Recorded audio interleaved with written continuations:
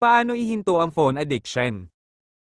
Ay moderate ang paggamit ng iyong cellphone. Ang isa sa mga pinakamahusay na paraan upang ihinto ang pagka-addict sa cellphone ay ang pag-schedule ng oras sa paggamit. Magandang plano ito para limitahan ang paggamit ng telepono para hindi ka masyadong ma-attach at ang mga bata sa device na gamit. Pwede ring gawin ang pagkakaroon ng isang lugar kung saan maaari mong ilagay ang iyong cellphone sa tuwing hindi mo ito ginagamit. Gawin ito para palagi ang ibalik ang iyong cellphone sa lugar na iyon upang madisiplina mo ang iyong sarili na gamitin lamang ang iyong telepono kung kailangan mo. Ang ganitong paraan ay pwedeng gawin sa anak at mga kaibigan na nais mong tulungan sa pagkakaroon ng phone addiction.